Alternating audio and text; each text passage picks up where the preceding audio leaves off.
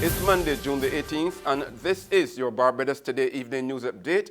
Thanks for joining us. I'm Emmanuel Joseph. Topping the news at this hour, angry vendors at the Bridgetown Fisheries Complex vented their frustration today as Minister of Maritime Affairs Kirk Humphrey toured the facility. Last Friday, after an inspector shut down the stalls, the vendors demanded the minister's intervention. They're peeved at poor working conditions and what they say is the unfair treatment by some officials. President of the Barbados Union of Fisherfolk, Vernal Nichols, told reporters today enough is enough as she urged the new minister to seriously tackle the vexing issues affecting the livelihoods of the fisherfolk. The vendors have a lot of issues regarding cleaning, and sometimes they get problems with ice, machines shut down, a whole number of issues that we definitely have to meet with the minister, and we have to discuss them and make sure that everybody is on board with what exactly their roles and responsibilities are. What are the responsibilities of the vendors, what are the responsibilities of the general workers, and those things need to be sorted out.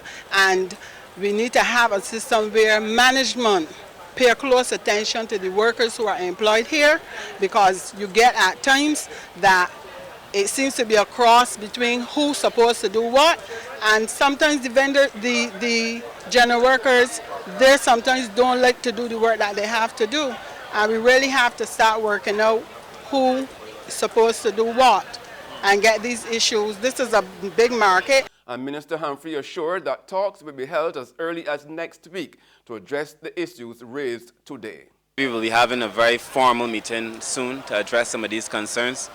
We will speak to the issues one by one and promise to have some redress for the people in an urgent manner. I naturally am concerned that some of these matters have been going on for as long as they've been going on.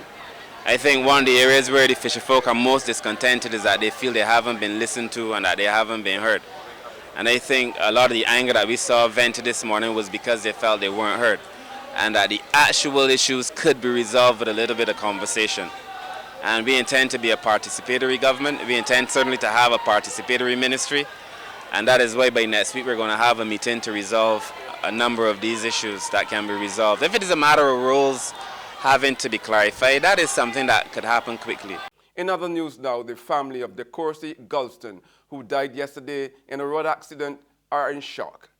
Gulston was walking along Westbury Main Road, St. Michael, when he became involved in an accident with a car driven by 26-year-old Ridge Hollingsworth of Parish Land Christ Church. He was rushed to the Accident and Emergency Department of the QEH, but succumbed to his injuries. Gulston's nephew Arnold Watts told Barbados Today it's a blow to the family.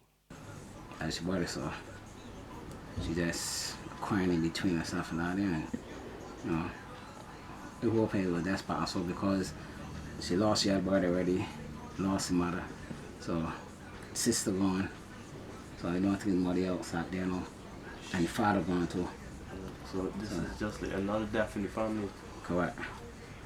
So it's just she won there basically, you know. She lost her sister, she lost her brother, she lost her father, she lost her mother. So he's a fella you normally don't throw nobody, just, and you know, wasn't too good at talk, but that's life. The two remaining senators appointed by the government, Kay McConney and Rawdon Adams, took the oath of office this morning before Governor General Dame Sandra Mason during a brief ceremony at the Government House. Senator McConney, who has also been appointed Minister of Innovation, Science and Smart Technology, is a former diplomat who served as Barbados' Consul General in Toronto. Senator Rawdon Adams, the son of the late Prime Minister Tom Adams, is a finance professional of over 20 years' experience. The proceedings were witnessed by Cabinet Secretary Cecil Humphrey, other officials and relatives of the two new senators. Barbados could soon see a reduction in the number of criminal cases going to trial. With the mandatory requirement for police to record the confessions of accused persons now in force, Chief Justice Sir Marston Gibson said this morning the move was expected to result in fewer people ending up before a trial judge and jury. He was speaking on the sidelines of an Evidence Act seminar conducted by senior Australian legal counsel and law professor Stephen Odgers at the Radisson Aquatica Resort Aquatic Gap. The one thing that jumped out at me was that, and he didn't specifically lecture on this area because they have legislated separately on it, and it has to do with recording, video recording, confession statements. It has enormous implications because what it means in a lot of cases that persons whose confessions have been video recorded are more likely to plead guilty and save us having to go to trial. Meanwhile, prominent criminal attorney, Queen's Counsel Andrew Pilgrim, noted that the Evidence Act has made provision for the mandatory video recording of all confessions since 1994. He suggested that the provision has not been operational because police have maintained the practice of taking written confessions from the accused. The days of moving through without confession evidence being electronically recorded are now over. So I don't think that people realize that on either side of the divide, but that is the effect of the law as of, I think it's December 11th. In sports, in today's World Cup football matches, Belgium was too much for debutants Panama in the opening game in Group G. Romelu Lukaku scored twice for Belgium, who won 3-0 over Panama.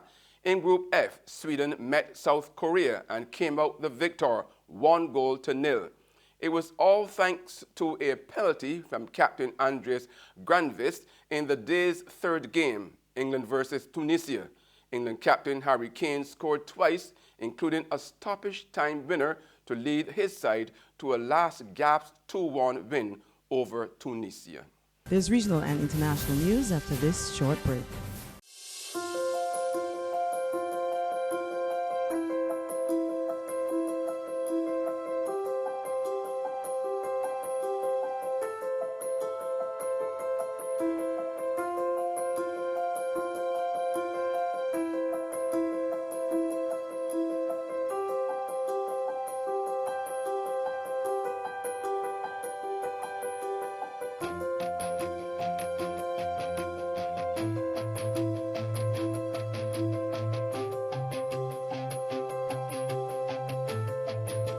Barbados Today, news you can trust. Welcome back with news from the region. Now at least 171 high schools in Jamaica now have metal detectors. Education Minister Royal Reid said it's all part of efforts to improve safety and security at schools.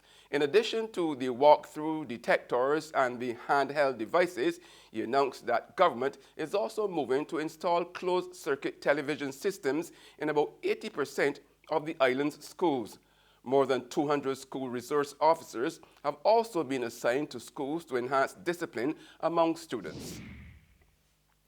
On the international scene, the Department of Homeland Security Secretary Kirstjen Nielsen defended the Trump administration's highly scrutinized immigration policy today, while at the same time calling on Congress to change the law. She claimed misinformation was being spread about the policy, which is that all people caught crossing the border illegally are prosecuted and thus families are separated. To a select few in the media, Congress, and the advocacy community, I'd like to start with a message for you. This department will no longer stand by and watch you attack law enforcement for enforcing the laws passed by Congress. We will not apologize.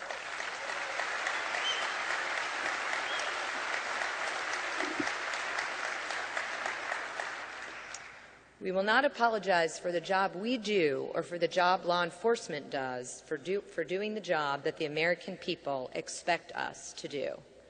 Unfortunately, for political gain, as we have seen, some politicians are trying to pit state and local law enforcement officials against federal officials.